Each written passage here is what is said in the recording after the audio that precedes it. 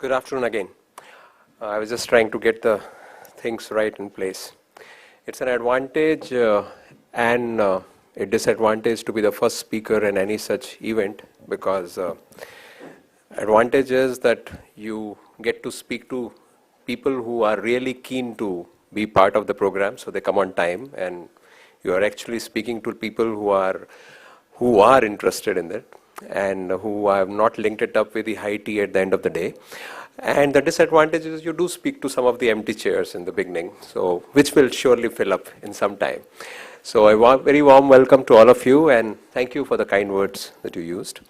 I have an interesting topic to speak on. Interesting in the sense that this is something that is hotly debated everywhere. Is there something called an integrated 3PL? Is there something called an integrated logistic player? Or is it just something in the realm of our fantasy, something that we think exists, but we are yet to discover it, we are yet to experience it? I'm sure people sitting here and people that you would have spoken to would have expressed something similar to you. People would have said, yes, we have heard of organizations who claim that they provide end-to-end solutions. We have heard of organizations who are integrated logistics service providers, but yet to experience one. Or you would have heard, yes, we know they exist, but do they exist in India? Is there anyone in this country who can claim to be an integrated logistics service provider? So let me begin by actually asking you a question. What comes to your mind when you think about integrated 3PL? So let's break this question up into few pieces. I think there are two important words being used here, integrated and 3PL. Let's start with the easier one, 3PL, third party logistics service provider. Probably the easier one to understand. Someone to whom you outsource, someone who does your work, and you have outsourced something that you were traditionally doing in-house to them. So is a third party logistics service provider working with you. And then we come to the word integrated. For a minute, let's forget that it is being used in conjunction with logistics services. Let's just talk about what the word integrated would mean. I'm sure all of us understand. Integrated is something that is completely linked to whatever we do. So we have an integrated relationship. We can have an integrated setup. It's probably best understood when you look the reverse of it. So the reverse of it is something which is disintegrated, something which is not attached or not linked to or is not in line with what you do. So probably the moment you understand what's reverse of it, the understanding of what could be an integrated player becomes much more simpler. Let me try and explain how the whole thing is coming up. It's a very old curve, well known in the industry, well known for people who have been attached to the logistic industry for some time, that this is how the overall thing is moving. Before we get into this also, let me also take your thoughts to what exactly logistics is all about. We can use some very heavy words here. I'm sure during the course of day it would be explained by people in different manners, which will be very, very interesting. But at the base of it, any supply chain or any logistics is all about some very simple things. It's about storing, moving,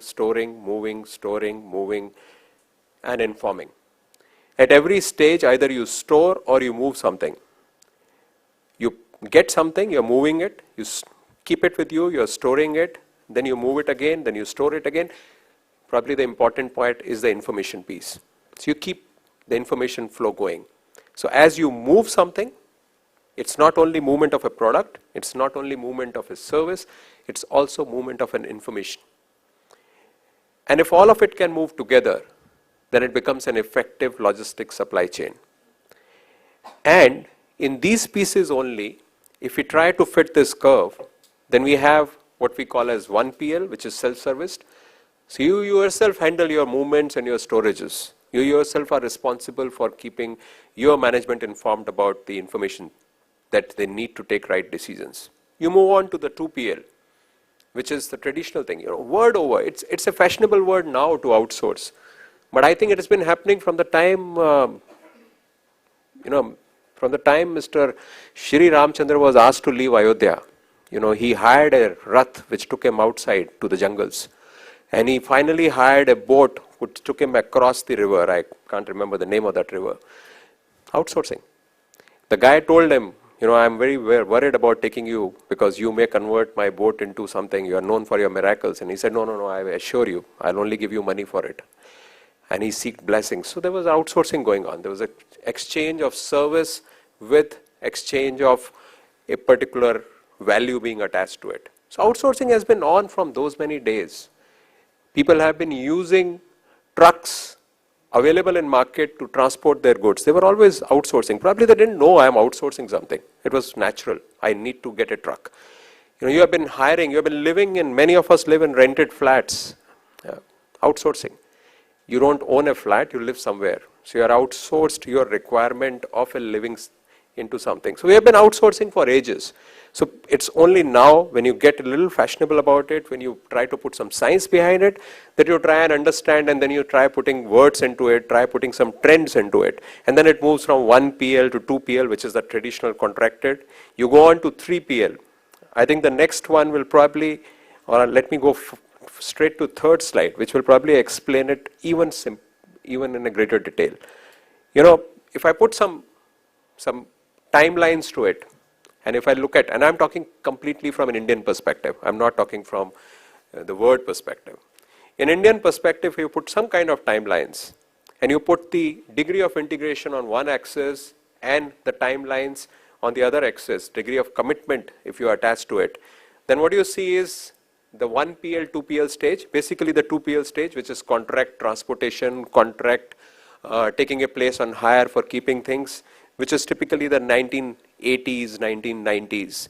And then you go on to the outsource model of 3PL, where someone gets into a contract with you. It's a repeated transaction. The difference between the first one and the second is, the first one is a singular transaction. So you hire someone for one transaction.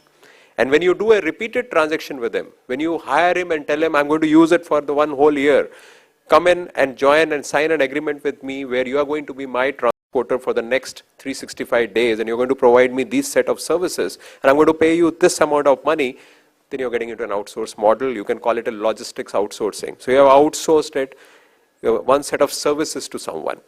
And now onwards, what's expected is that you move on to a more integrated model, which I'll explain, what it would mean and why I believe that it is existing already and it is actually going to come into reality in much bigger numbers and in much bigger scope in coming times. And if I just simply divide between a 3PL activity and integrated activity, then what do you see on the one side of the slide is a 3PL is a single function, transactional, local, regional and asset heavy process execution kind of a thing, while an integrated 3PL to the reverse of it is a multifunctional, which are integrated together. It's a strategic partnership. It can bring a huge amount of value to you. It's a global door-to-door coverage, and it's also linked up with information, knowledge, integrated IT solution. IT plays a critical role somewhere here, and I'll explain it as we go further. So if I go back a little, I'm not sure. I think I'm going ahead, actually. And if I bring you back here, then the whole piece is moving in from the 1PL, 2PL, 3PL to what we have, the 4PL model, and there is a concept about 7PL also, and which is actually a combination of 4 and 3. There's no one who can be singularly set aside and said he's a 7PL service provider. But when the combination of services in the nature of both 3PL and 4PL come together, then we start talking about a 7PL level of execution. Key layers here become very important because typically an outsource model operates on different levels. It can start from basic systems. This is where normally most of the people do their outsourcing. They say systems and operations can be easily outsourced. And the integrated part starts above it. The moment you start integrating your selected partner in your process design and maybe even in your strategy workout, that's where the real concept of integration starts coming in. So as you move up the various layers of outsourcing, the integrated concept starts taking its shape. Coming back to where we were, and moving forward. It is also related a little to the way logistics was being done was at that time and how it is moving now. If you look at orders, if you look at orders, order cycle time, customers, service time, the basic differences are probably things were much simpler at that time. Probably things were much more predictable at that time. Probably the level of activity was something which could be managed in-house, which could be managed by using singular transporters and in one-off transactions, etc. But where we are going now is huge amount of variability, huge amount of responsiveness and flexibility required.